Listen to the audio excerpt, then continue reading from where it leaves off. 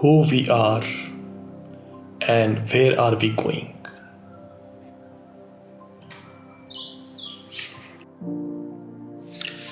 The origin of the life is from the ocean, from single cellular organism to multicellular organism, from plants to animal form.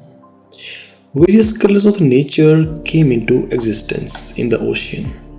In the ocean also there is a beauty in the life and death battle.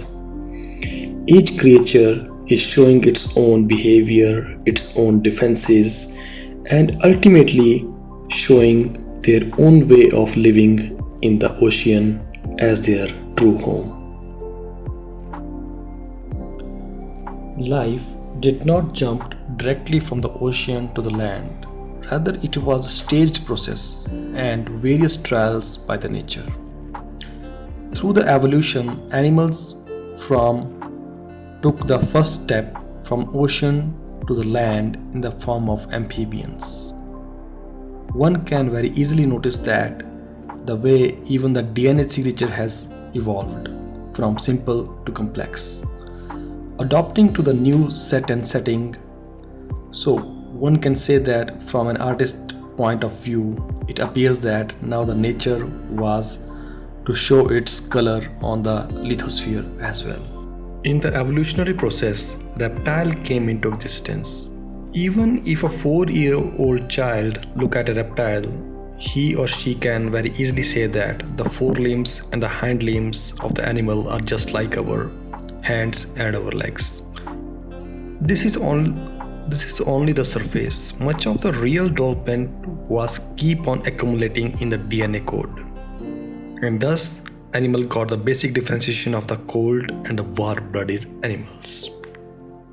Long before humans appeared on the earth, dinosaurs ruled the planet for more than 160 million years.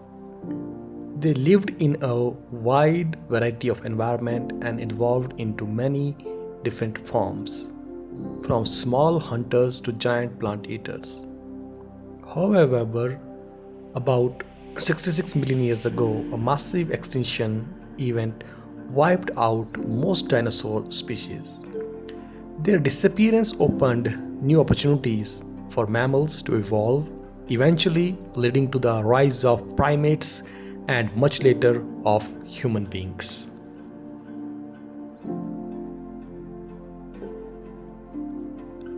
After the extinction of dinosaurs, mammals began to flourish across the earth. Unlike many reptiles, mammals cared for their youngs, maintained a constant body temperature, and developed larger and more complex brains.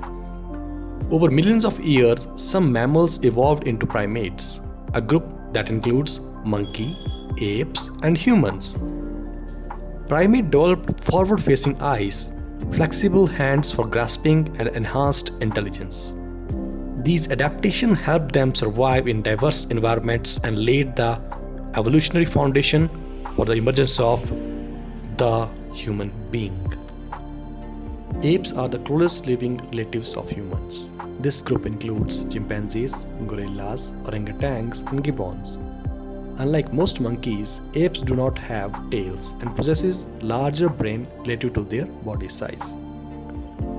Their intelligence, social behavior, and ability to use tools provide important clues about the evolutionary journey that eventually led to the modern human beings.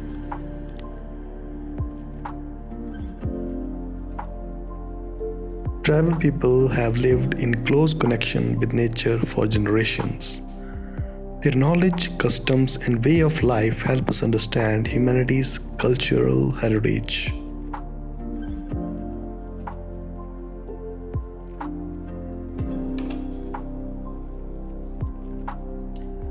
As the humans started to live with one another, the concept of family started to evolve. Who will mate with whom? Some kind of priority has to be decided. Who will take care of the children is to be decided. With these things in mind, after some durations, there is a concept of religion which emerged into the existence. It can be said that it is either a concept or it is the fundamental fabric of our consciousness. From meditation to prayer to Buddha to Jesus to Muhammad to the Saint Mary to the Holy Ghost. There are very concepts like mystical things which we will discuss in these topics.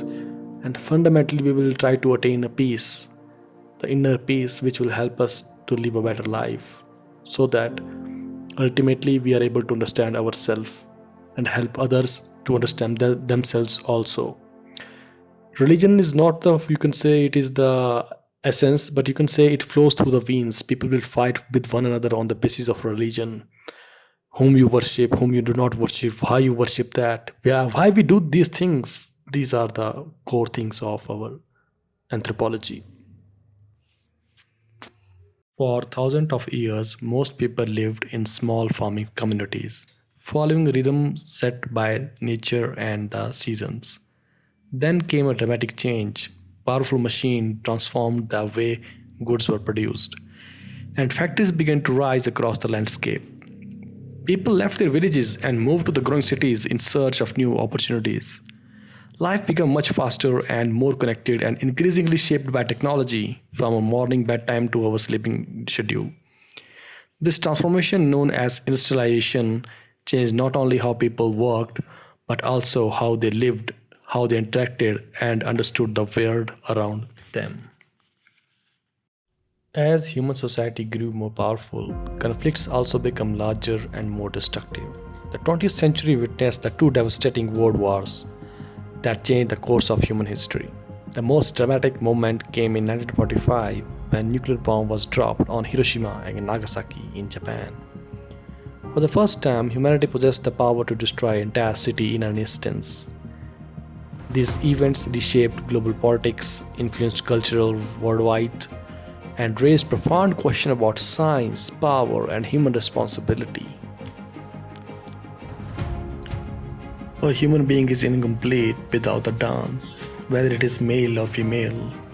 Dance is such a thing which can even emancipate the animals also. People want to see it. That is the beauty of the dance. That is the beauty of the human thing. That is the importance of our human factors and shapes. With the evolution, we learn that we have to do the fighting also. It is not possible to stay along the beauty always. Sometimes we have to pick up the weapons to fight against each other. To preserve ourselves, to preserve the humanity, we have to pick weapons sometimes. However, with the course of events, we learned that it is the most important weapon is education, and educating the females, educating the males is crucially important. In the early days, we learned that education is not a sole right of one gender, rather it is universal factors. With this thing in mind, we realize that it's not only important to educate the modern man, it is also necessary to educate the tribal peoples also, to learn and to tell them what are their rights, what they can do, what they have to do, how they can grow to the simple societies.